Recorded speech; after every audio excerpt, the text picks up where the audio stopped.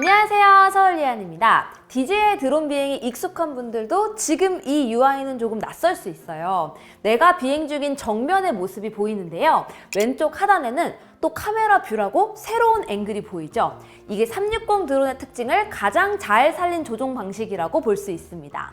오늘 DJI 아바타 360을 통해서 우리가 기존에 사용하던 드론과 비교해서 어떤 차이점이 있고 또 360 드론만이 갖고 있는 장점은 무엇인지 소개해 드리도록 하겠습니다.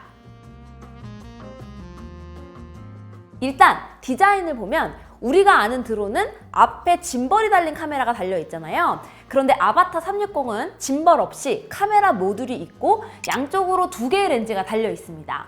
360 카메라와 동일하게 이 두 개의 어안 렌즈가 양쪽을 동시에 촬영해서 360도 구형 영상을 만들어내는 구조예요. 그러니까 이 제품을 이해하는 가장 쉬운 방법은 드론에 카메라를 달았다고 보는 게 아니라 360 카메라 자체를 하늘에 띄운 거라고 생각하는 겁니다. 여기서 이 제품의 진짜 핵심 아이디어가 있는데요. 지상에 놓여 있을 때 보면 카메라 모듈이 정면을 향하고 있거든요. 단일 렌즈 하나가 앞을 바라보는 상태입니다. 그러면서 자연스럽게 카메라 모듈 아래쪽에 있는 부분이 발 역할을 해서 카메라 모듈을 보호하면서 착륙할 수 있어요. 그런데 이륙하는 순간 이 카메라 모듈이 90도 회전하면서 렌즈가 위아래를 바라보는 360 카메라 촬영 모드로 바뀝니다. 이 회전 메커니즘 덕분에 아바타 360은 착륙 시에 필요한 별도의 다리나 스탠드 구조가 필요 없게 됐고요. 파노라마 모드와 단일 렌즈 모드까지 두 가지를 하나의 기기에서 모두 쓸 수 있게 됐습니다. 결정적으로 단일 렌즈 모드로 전환을 하면 1.1분의 1인치 센서 전체가 전방을 촬영하게 되는데요. 이때 기존 360 드론들이 센서를 둘로 나눠 쓰는 것과는 다르게 아예 스티칭할 영역이 없어지기 때문에 화질도 더 뛰어나고 이때는 4K 60프레임 HDR 촬영도 가능해집니다. 100도 FOV로 크롭해도 1080p 60프레임이 유지돼요. 360 드론이면서 동시에 일반 드론의 역할도 할 수 있다는 게 아바타 360의 가장 큰 차별점이고 결정적인 아이디어라고 할 수 있습니다. 자, 그럼 다음으로 360 드론이라고 하면 조종 방식도 완전히 새로 익혀야 할 것 같은 느낌이 드는데요. 아바타 360은 그렇지 않습니다. 조종기는 RC2를 사용하는데 DJI 미니나 매빅 계열을 써보신 분들은 아주 익숙한 형태고 또 오래 사용해온 모델이에요. 오히려 360 드론이라서 비행에 더 편한 부분도 있습니다. 기존 드론은 비행을 하면서 카메라 틸트 각도까지 동시에 신경을 써야 되기 때문에 양쪽 엄지로 스틱을 조절하면서 검지로는 상단에 있는 틸트 다이얼도 조절을 해야 되잖아요. 일관성 있게 카메라를 움직이려면 막 손에 쥐가 날 것처럼 긴장하면서 서서히 움직여야 하는데요. 그런데 아바타 360은 어차피 전방향이 다 기록이 되니까 비행 중에 카메라 앵글을 전혀 신경 쓸 필요가 없습니다. 오직 기체의 위치만 중요하기 때문에 내가 이동할 이동 경로만 집중하면 돼요. 물론 FPV 고글을 이용한 조종 방식도 선택할 수 있습니다. 좀 더 몰입감 있는 비행과 또 비행 당시의 앵글을 바로 손쉽게 확인하면서 촬영할 수 있는 장점이 있는데요. 센서 드론이 익숙하신 분들이라면 별도로 익혀야 하는 부분이 있어서 처음 시작하는 분들한테는 RC2가 훨씬 진입 장벽이 좀 낮죠. 그리고 어차피 360 드론의 장점을 살리려면 촬영 단계에서 정교한 앵글을 확인하는 것보다 기체의 이동 동선에 집중하고 안정적인 비행을 하는 편이 후반에서 클립을 골라 쓰기에 더 용이하기도 합니다. 그리고 일체형 프로펠러 가드가 달려 있어서 피사체 바로 옆으로 붙여서 촬영해도 다소 안심할 수 있어요.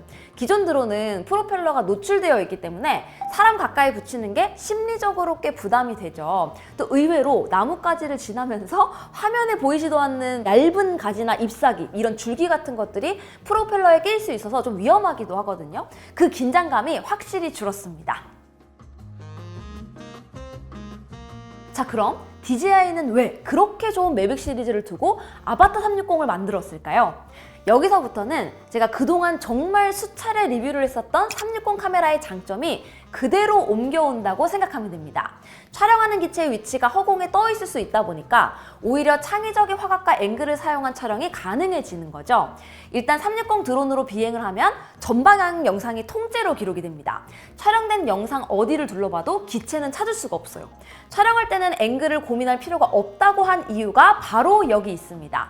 그리고 나서 DJI 스튜디오에서 영상을 열면 마치 그 비행 시점으로 다시 돌아간 것처럼 원하는 방향을 골라서 앵글을 뽑아낼 수 있습니다. 같은 클립에서 정면 영상도 나오고 하늘을 올려다보는 영상도 나오고 지면을 내려다보는 영상도 나올 수 있는 거예요. 여기서 더 나아가면 타이니 플래닛이나 터널뷰 같은 360 영상만의 독특한 시각 효과도 별도 플러그인 없이 바로 추출할 수 있습니다. 단 한 번의 비행인데 편집 단계에서 앵글을 다르게 잡아서 여러 장면처럼 구성할 수 있는 거죠. 비율도 신경 쓸 필요 없습니다. 유튜브용으로 16대 9로도 쓸 수 있고 쇼츠나 릴스용으로 9대 16으로도 바로 크롭할 수 있어요. 촬영할 때 이거 세로로 찍어야 되나 가로로 찍어야 되나 고민 자체가 없어집니다. 후반에서 앵글을 정하면서 편집하는 게 번거롭다고 생각이 들 수 있는데요. 드론 촬영에 있어서는 촬영 시간을 단축하고 테이크 수를 줄이는 게 오히려 더 도움이 되더라고요. 그러면 이렇게나 편한 360 드론이나 카메라가 왜 일반화되지 않았는가? 그 이유는 결국 우리가 후반에서 사용할 앵글을 잘라서 사용을 해야 되기 때문에 전체 촬영한 영상의 해상도나 퀄리티에 대비하면 사용하는 앵글의 이미지는 떨어질 수밖에 없기 때문입니다.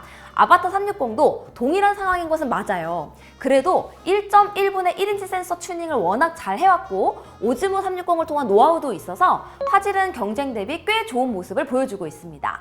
일단 센서 크기가 1.1분의 1인치로 더 크고 조리개는 f1.9, 영상은 최대 8K 60프레임 HDR을 지원합니다.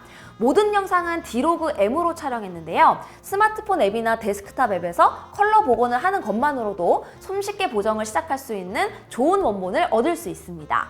360 카메라의 특성상 무조건 하늘과 땅이 같이 담길 수밖에 없기 때문에 센서가 감당해야 하는 개조와 범위가 클 수밖에 없는데요.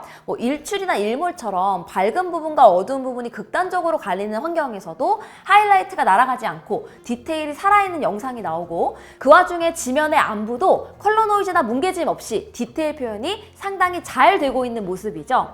디로그 M 역할도 상당히 큰데요.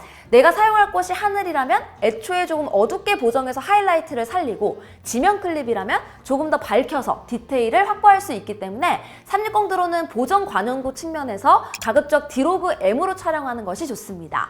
영상 전송은 DJI가 자랑하는 O4 플러스 시스템을 사용하는데요. 스펙상 20km라고는 하지만 특히 전파 간섭이 많은 국내에서는 이 정도를 기대하기는 힘들 거고요. 확실하게 말할 수 있는 건 DJI가 다른 어떤 경쟁사 드론 대비 연결 안정성과 범위는 크다는 점입니다.